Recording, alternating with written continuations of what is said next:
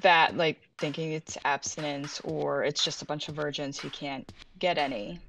So they've decided to label themselves as asexual. Yeah, the haven't met the right person one is probably my biggest pet peeve. And it's the reason, like, I don't tell people, like my grandmother, for example, that I'm asexual because I know I'll get the, oh, some guy will come along and change your mind. And All of those misunderstandings of, does that mean you just don't have sex? Does that mean you hate sex? What happens if you see people kiss? I don't know. They're just kind of sometimes so ridiculous that you just think, what do you think asexuality is? I think the biggest pet peeve is if I mention to someone that I have had sex or do have sex, they automatically go to, then you aren't really asexual.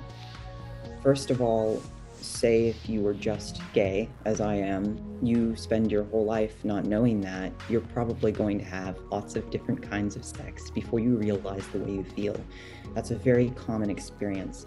And I think for asexual people, it's even more so because we're being fed all this programming that we can fix ourselves or that we haven't met the right person yet. So you're going to try before you realize. And even then, different people have different relationships with it. And the way that I've explained it to people in my life is that it's a bit like playing a sport or having a hobby. I'm not doing it because of the same reasons that someone else might be. Like, I'm not a professional athlete, so I don't get paid, but I might do it for fun. Or maybe I don't get an endorphin rush when I exercise, but I do it for my health, that sort of thing. The one thing that really bothers me is if somebody is persistent when I've like actually said I'm asexual and they've said okay, and then they like go away for a couple days and then come back. As a male, especially, I can't really speak for female, but as a male, I get, sex is like supposed to be a big part of who I am as a human. And the people that try to make that into like, oh, you're less of a person or you're less of a man or whatever, I think that's really BS because it's it's obviously not, because I am who I am. And there's nothing about a human male that says, hey, you have to be this way. And the fact that we're pushing that agenda on people is harmful, whether they're asexual or they want to be something else entirely. It's just, it's not helpful to anybody.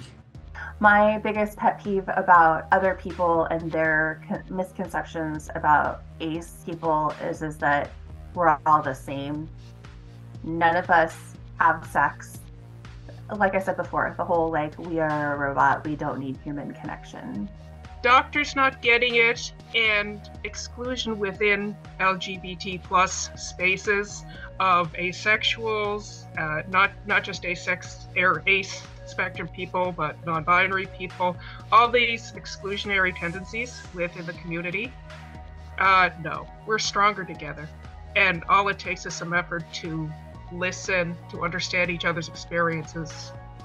Yeah, that stuff absolutely has to go. It's destructive. My biggest pet peeve is that you're broken. You need to fix this. You haven't like come into yourself. That attitude of like, you don't know yourself well enough. Like, why can't you just trust my judgment that I know myself the best?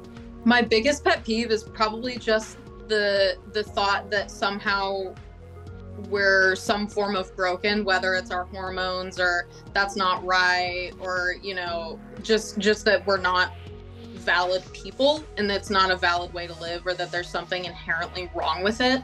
Because when people go down that road, they don't see us as human, and I feel like it's a little shitty to not think of someone as human.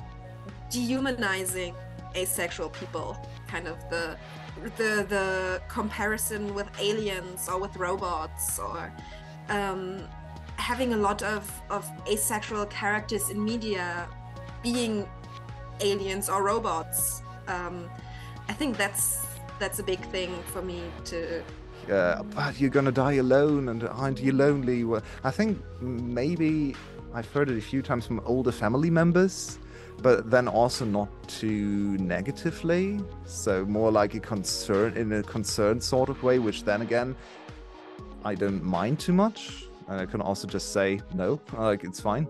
I feel good about myself, and I don't need someone else. And that it's kind of trauma related, or that my exes were just very oversexed, and that it's related to that, and that it's not actually asexuality.